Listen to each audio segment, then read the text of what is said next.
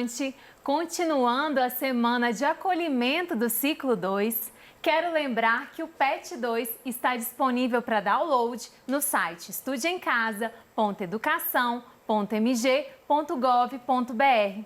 Quem está conosco é a professora Mônica Couto, da área de Ciências Humanas. E nessa aula vamos retomar o tema paisagem, para que os alunos possam resolver os exercícios do PET 1. Não é isso, professora Mônica? Olá, Dani. Olá, estudante do 6º ano. Então, como a Dani disse, ganhamos mais uma aula de fôlego nessa semana de acolhimento para o ciclo 2 dos nossos PETs.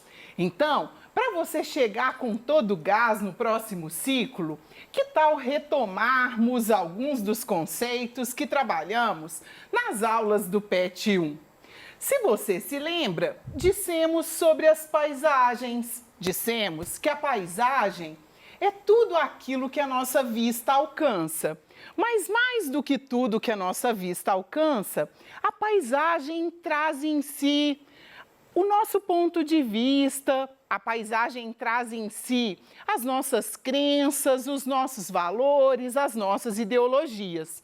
Dissemos que essas paisagens elas podem ser naturais ou culturais. Se você não se lembra, as naturais são aquelas nas quais a gente não identifica nada que foi trazido pelo ser humano ou construído ou modificado. Já as paisagens culturais são onde as marcas dos diferentes povos se apresentam. Dissemos também que, dependendo da cultura e do modo de vida de um determinado grupo, essa intervenção na paisagem ela pode ser maior ou menor. Ou seja, o nosso modo de lidar com a natureza, a nossa dependência de mais ou menos recursos dessa natureza, faz com que a nossa atuação na paisagem seja diferenciada.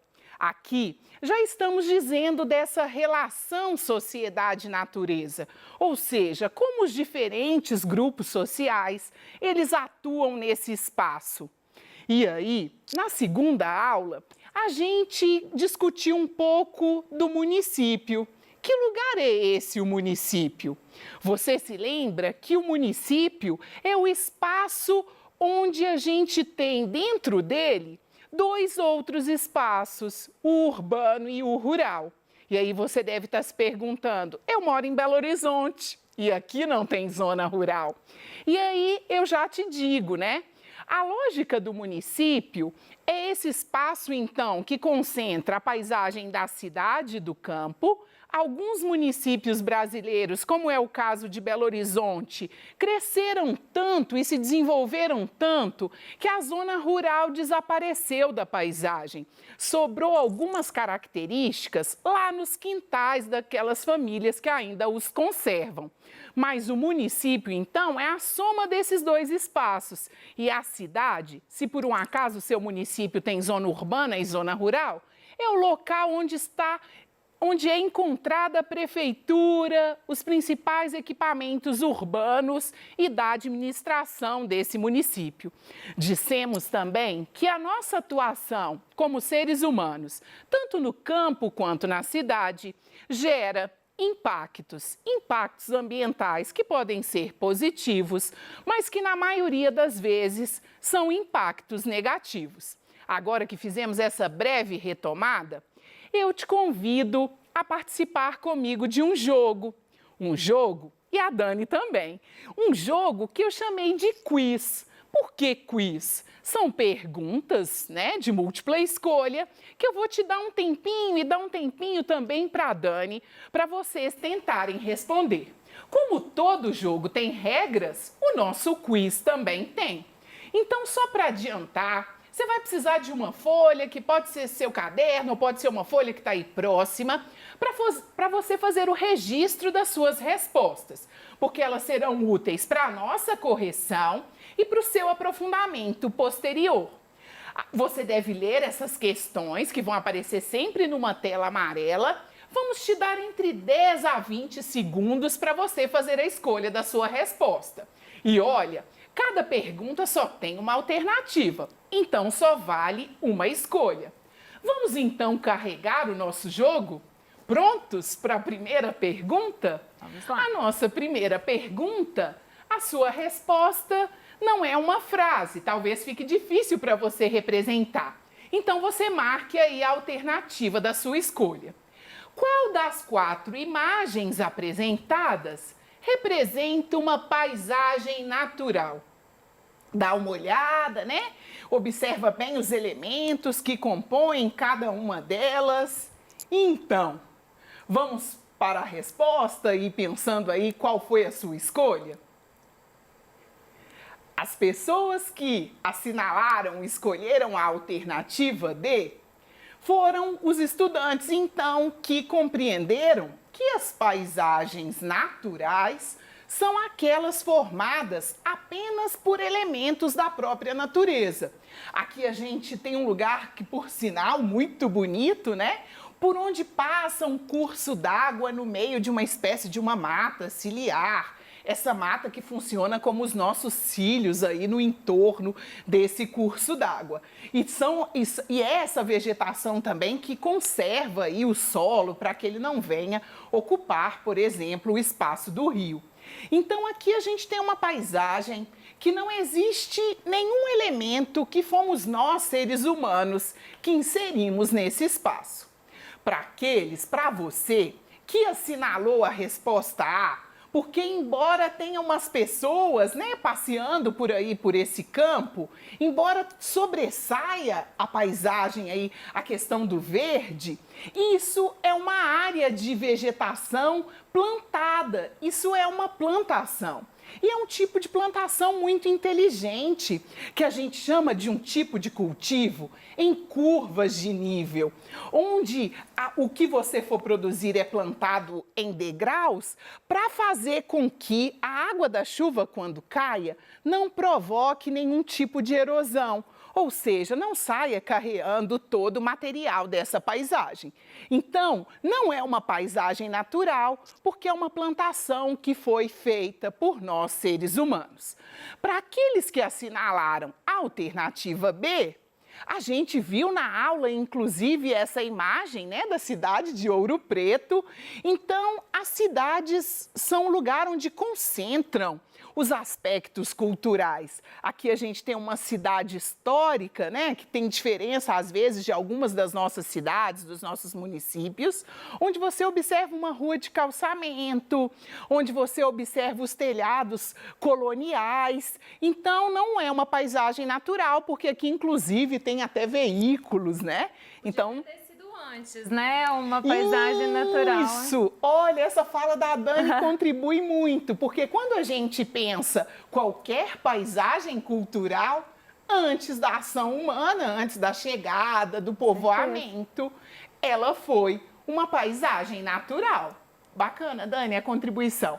E aqui, embora a gente tenha elementos, né, o mar aí salta aos olhos, a gente tem lá no segundo e no terceiro plano da imagem uma cidade, mais um navio cargueiro, né? Então aqui a gente tem a mistura das duas coisas. É muito difícil também a gente separar. Enquanto seres humanos, ocupamos grande parte do planeta, né? São algumas áreas inóspitas. E aí se a gente disser, no deserto não tem ninguém? Onde o lençol freático aflora, nos oásis, existe população. Nas áreas congeladas, existem os esquimós, né? Vivendo lá no Canadá e no Alasca. Então, assim, o ser humano, com a sua técnica e com a sua tecnologia, ele transforma muito as paisagens e dá conta de ocupar espaços, assim, antes inimagináveis, né? Vamos para a segunda pergunta? Ela traz uma nuvem de palavras no formato de mapa do Brasil. E a pergunta é: as comunidades tradicionais, destacadas na imagem, se relacionam com a natureza de forma predatória, sustentável, exploratória ou mercadológica? Uma dica: observe quem estão representados nessa nuvem de palavras. povos indígenas, ribeirinhos, pantaneiros, quilombolas, caiçaras. Qual é a forma, pensando em comunidades tradicionais, qual é a forma de se relacionar com a natureza? Vamos à resposta? É de maneira sustentável. Né? Estamos dizendo de povos que carregam na sua herança cultural uma característica de proximidade com a natureza. É daquele espaço que ele retira a sua sobrevivência e que os seus ancestrais também retiraram. Então, é uma relação mais próxima com o espaço natural. Por que não pode ser predatória? Porque, como eu disse, como eles conhecem a dinâmica natural, biológica daquele espaço, ele consegue fazer a identificação de que vai chover, ele consegue fazer a identificação que os polinizadores, as abelhas, elas estão dando condição para um determinado plantio. Então, é muito distante de ser predatória, é muito distante de estar associado a explorar muito mais daquele espaço do que o que aquele espaço consegue proporcionar. Então, na verdade, quando a gente fala de uma comunidade ou de um grupo que pensa a natureza de forma predatória, a gente está dizendo daquele grupo que pensa as suas necessidades e o seu conforto, muitas das vezes desconsiderando que tudo que a gente utiliza é retirado da natureza. Quando a gente fala de exploratória, se aproxima muito em de predatório, né? É aquilo que vai além do que a natureza consegue suprir. E aí a gente pode fazer muitas reflexões, pensando o seu lugar, o meu lugar, o lugar da Dani, pensando o município onde a gente vive. Será que a gente não está vivendo uma relação mais exploratória do que sustentável? A gente vai dizer disso na nossa última pergunta. E o último aí, para quem marcou mercadológica, essas comunidades tradicionais, elas retiram daquele espaço o sustento que pode se tornar o artesanato, pode se tornar um determinado produto alimentício que eles conseguem produzir. Isso pode até sim virar uma mercadoria, mas não é na lógica de fazer a venda do seu espaço, não é nessa lógica de ganhar, lucrar, além do que para a sobrevivência. Então, preparado para a nossa terceira pergunta? Observe a imagem e tente me responder qual é o problema ambiental, e aí lembrando, gerado pela ação humana num espaço aí, que está representado nessa imagem. Será assoreamento? Será eutrofização? Será a poluição das águas? Ou será o processo de desertificação? Então, a imagem, ela deixa aí possibilidades, né? A gente vai conversar um pouco sobre isso. Mas tem algumas características que podem chamar a sua atenção. Quer dizer, Dani, de uma dessas características? Eu acho que é uma poluição aí da água, não é? Olha, então a Dani já deu a dica e a dica correta. Ali na imagem, o que a gente observa, e eu trago a imagem mais uma vez, é o excesso de lixo que foi depositado nesse corpo hídrico, que a gente não sabe se é um rio, que a gente não sabe se é uma lagoa.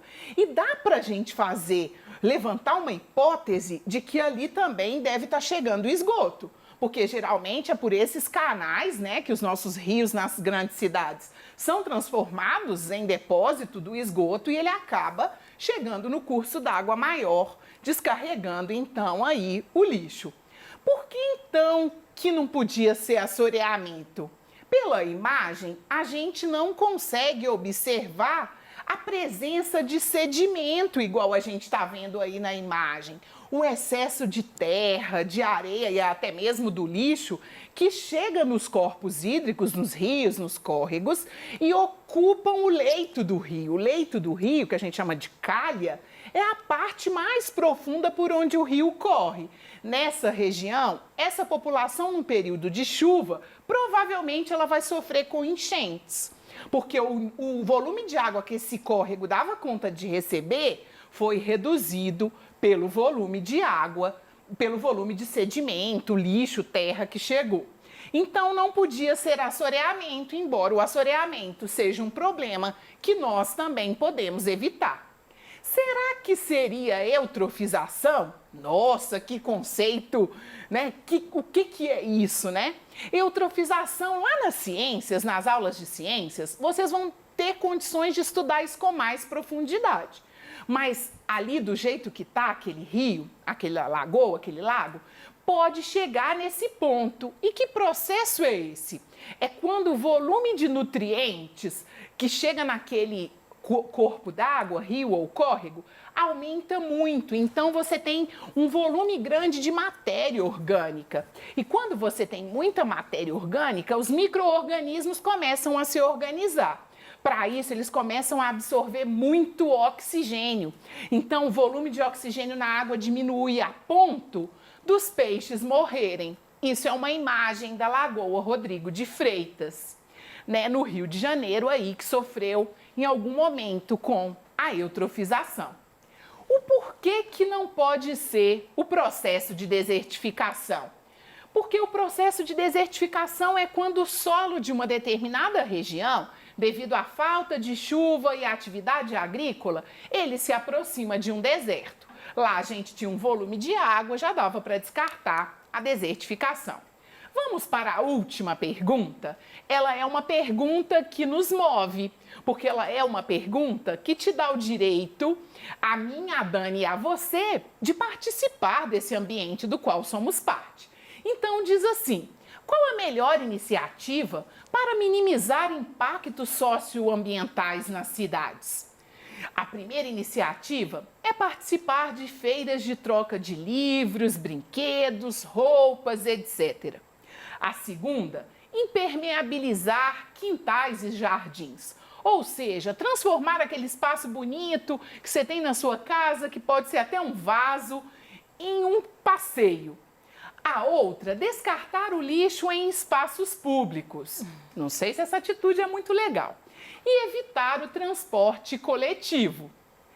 Então, qual será a melhor iniciativa para contribuirmos com esse ambiente? Eu acho que você deve ter ficado em dúvida aí. Mas dentre as quatro, a melhor é participarmos de feiras de trocas. Quando uma coisa que ainda tem possibilidade de uso ou tem algum valor não serve mais para nós, ela pode ser compartilhada com outras pessoas. E quantas coisas que a Dani tem que, de repente, nós somos até da mesma altura, a gente não poderia compartilhar. Então, quando você participa de uma feira de troca, você reduz a necessidade de exploração da natureza e de produção de um novo produto. Então, fica a dica, participe de feira de troca, faça com seus colegas quando as aulas retornarem, com os familiares, vale muito a pena.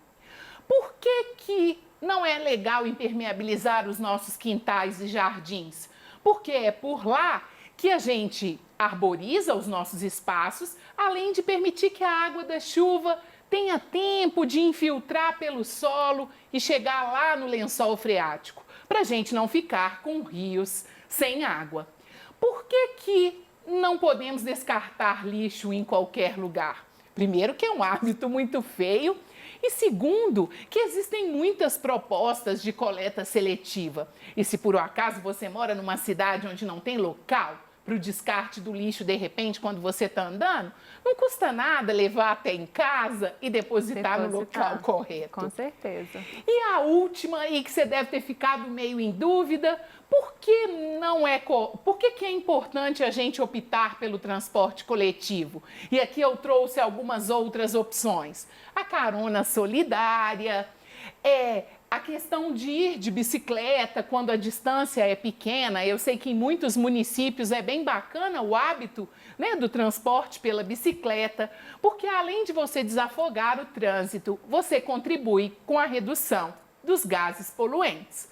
Aqui, então, é só a nossa síntese para você conferir nas suas anotações. Então, qual a paisagem natural era a letra D. As comunidades tradicionais, elas lidam com a natureza de forma sustentável. O problema ambiental, a poluição das águas. E a melhor iniciativa, participe de feiras de trocas. Eu tenho certeza que você aprende fácil e comigo e com a Dani aqui temos certeza que hoje você pôde retomar os nossos conceitos. Até a próxima aula!